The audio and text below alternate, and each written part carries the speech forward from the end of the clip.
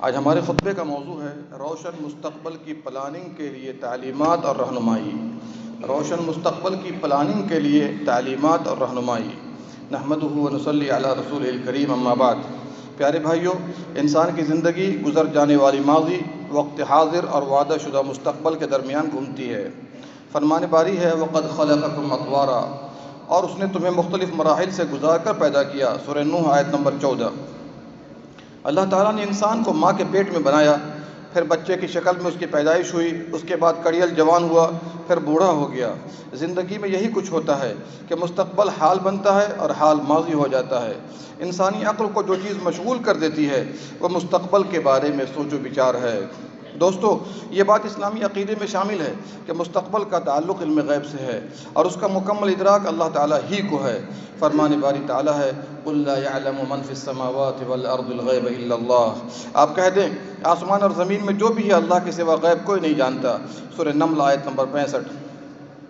چنانچہ رونما ہونے والے تمام امور کا علم اللہ کے پاس ہے۔ اللہ نے فرمایا وَمَا تَدْرِي نَفْسٌ مَاذَا تَكْسِبُ غَدًا وَمَا تَدْرِي نَفْسٌ بِأَيِّ أَرْضٍ تَمُوتُ، اور کوئی نفس نہیں جانتا کہ کل اس نے کیا کمانا ہے، اور کوئی نفس نہیں جانتا کہ وہ کس سرزمین پر مرے گا۔ بے شک اللہ تعالیٰ جاننے والا، خبر رکھنے والا ہے۔ سورہ لقمان آیت نمبر 34۔ لیکن پھر بھی مستقبل کے بارے میں غور و خوض اور اس کی ٹو میں رہنا، اسے جاننے کی کوشش کرنا اللہ کی طرف سے لوگوں میں پیدا کردہ فطرتی چیز ہے۔ انسانی نفس اسی پر پیدا کیا گیا ہے، بلکہ مستقبل کی جستجو عین اسلام اور انبیاء اکرام کا پیغام بھی ہے۔ دیکھیے، اللہ کے نبی یوسف علیہ السلام نے مستقبل سامنے رکھتے ہوئے منصوبہ بندی کی تو اللہ نے ملک و قوم کو کمر توڑ اقتصادی بحران سے بچا لیا۔ رسول اللہ صلی اللہ علیہ وسلم بھی مستقبل پر گہری نظر رکھتے تھے اور اس کے لیے اللہ تعالیٰ کے وعدوں پر مکمل اطمینان کرتے ہوئے فرماتے اللہ کی قسم، اللہ تعالیٰ اس دین کو ضرور غالب فرمائے گا، حتیٰ کہ مسافر صنعاء سے حضرموت تک سفر کرتے ہوئے اللہ کے سوا کسی کا خوف دل میں نہیں رکھے گا، اور بکریوں کو بھیڑیے سے بھی خطرہ نہیں ہوگا، لیکن تم جلد بازی سے کام لیتے ہو۔ رواہ البخاری۔ مسلمانوں، مستقبل کے لیے منصوبہ بندی زندہ دلوں کو جلا بخشتی ہے، عزائم کو پختہ بناتی ہے، مایوسی کو جڑ سے اکھاڑ پھینکتی ہے اور سستی کا خاتمہ کرتی ہے، بلکہ موجودہ وسائل کو بروئے کار لا کر روشن مستقبل کی تعمیر کے لیے غور و فکر کرنے پر مجبور کرتی ہے۔ مستقبل کے لیے منصوبہ بندی کا یہ مطلب نہیں کہ بے مہار امیدیں رکھیں، ٹال مٹول سے کام لیں۔ در حقیقت اس سے ہمت ٹوٹ جاتی ہے، عزائم میں رکھنے پڑتے ہیں، سستی پیدا ہوتی ہے اور کارناموں میں تاخیر ہوتی ہے۔ فرمان باری تعالیٰ ہے ذرہم یأکلوا ویتمتعوا ویلہہم الامل فسوف یعلمون، آپ انہیں ان کے حال پر چھوڑ دیجئے کہ کھا لیں، مزے اڑا لیں، اور لمبی چوڑی امیدیں انہیں غافل کیے رکھیں، پھر جلد ہی انہیں انجام سے آگاہی ہو جائے گی۔ سورہ حجر آیت نمبر 3۔ مستقبل کی تعمیر و ترقی امنگوں اور تمناؤں سے ممکن نہیں، بلکہ اس کے ساتھ عملی اقدامات اور مثبت تبدیلیاں بھی ہوں۔ فرمان باری تعالیٰ ہے، اور اللہ تعالیٰ نے دو آدمی کی مثال بیان فرمائی، ان میں سے ایک گونگا ہے جو کسی چیز کی طاقت نہیں رکھتا، وہ اپنے مالک پر بوجھ بنا ہوا ہے، مالک اسے جہاں روانہ کرتا ہے وہ خیر نہیں لاتا۔ کیا ایسا شخص اس کے برابر ہو سکتا ہے جو انصاف کا حکم دے اور وہ خود بھی سیدھی راہ پر گامزن ہو؟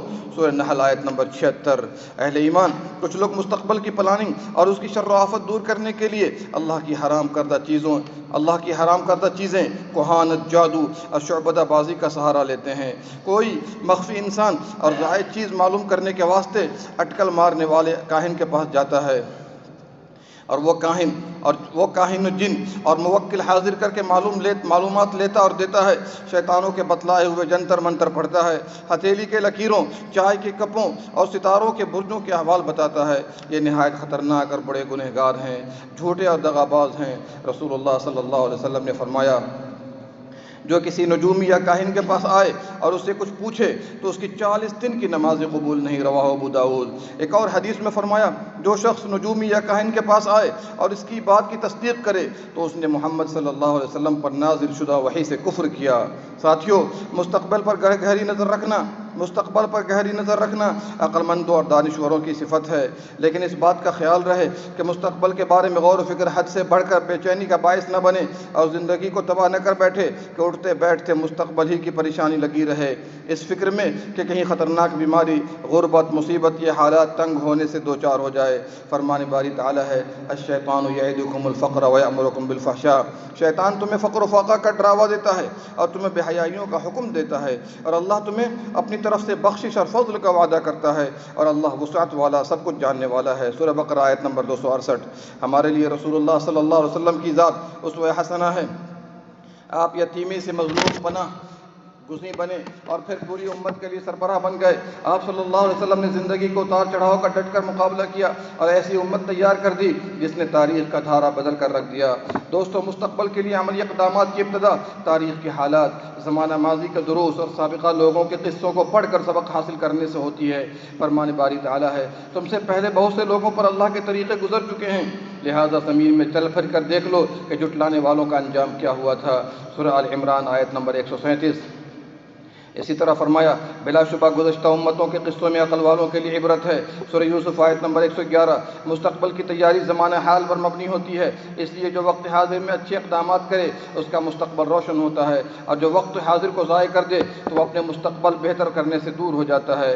اگر کوئی شخص اپنی ذہن سازی نہ کرے، اپنے جسم و دماغ کی تعمیر نہ کرے تو اسے نتیجے میں غربت، بے روزگار یا بیماریاں ہی ملتی ہیں۔ اسی طرح اگر کوئی اپنے بچوں کی دینی تربیت نہ کرے تو اس کی اولاد نافرمان اور منحرف ہو جاتی ہے۔ مسلمانوں، شاندار بنیادوں پر روشن مستقبل استوار کرنے کے لیے ضروری ہے کہ ہر فرد اپنی زندگی کو فکری تعمیر کے لیے صرف کرے، اپنی سوچ ایسی بنائے کہ پریشانی میں بھی مایوس نہ ہو، بلکہ اپنے اندر اتنی صلاحیت پیدا کرے کہ دکھ کو سکھ میں بدل ڈالے، مایوسی کو آس میں بدلنے کا دھنی ہو۔ اسی طرح مسلمان اپنے اہداف حاصل کرنے کے لیے جہد مسلسل جاری رکھے، اللہ کے فیصلوں پر قناعت کرے، اللہ کی لکھی ہوئی تقدیر پر مکمل بھروسہ کرے۔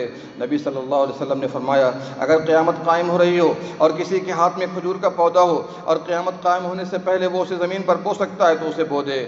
رواہ ابو داؤد۔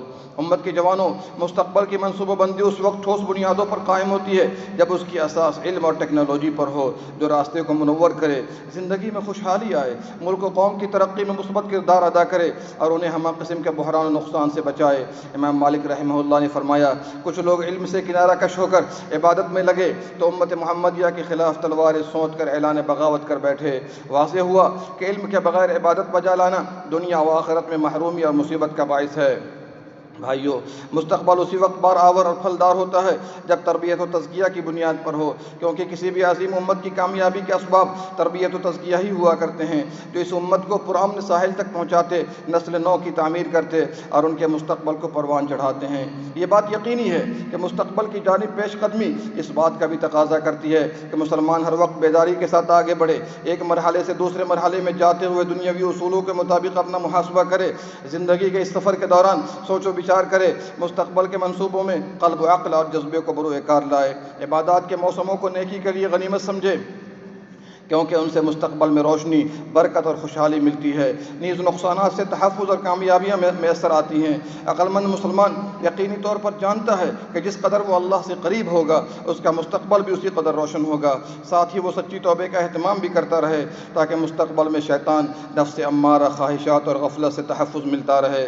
آسمان توحید کے درخشندہ ستاروں، بلند اہداف پر مبنی شادی ہر مسلمان کا تابناک مستقبل ہے۔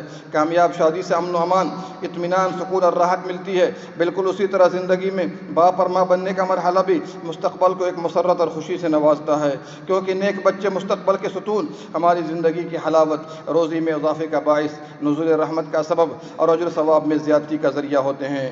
میٹھے میٹھے بھائیوں، اقوام اور معاشروں کا مستقبل اور کل کی کامیابی وقت حاضر کے سارے نوجوان ہی بناتے اور سجاتے ہیں۔ اگر باصلاحیت نسل تیار کرنے میں امت کامیاب ہو جائے تو اس کا مستقبل تابناک، شان و شوکت اس کی منتظر، طاقت و قوت اس کی محافظ اور اعلیٰ اخلاقی اقدار اس ترقی کی طرف لے جاتے ہیں۔